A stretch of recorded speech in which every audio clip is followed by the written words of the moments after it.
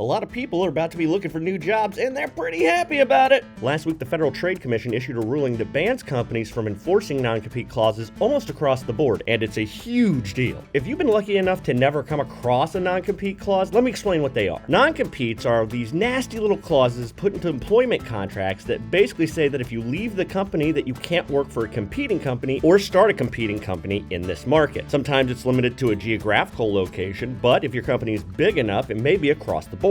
For example, have you ever wondered why you never see the main news anchor of a local TV channel walk across the street to the other local channel for a big bag of money? Seems like it would happen a lot, but there's a clause in the contract that says if they leave the company, they've got to move to a new market if they want to work in TV news. And that's just one industry that I have a background in. But I've spoken with computer folks under non-competes who have had to change their industry completely after quitting. If they were working in medical technologies, they couldn't work for another medical technology firm. They've had to switch to do tech for another kind of company, basically flushing all that experience in the first industry down the toilet. You would be surprised how many people are under these. It accounts for 18% of the US workforce. And now they're going away.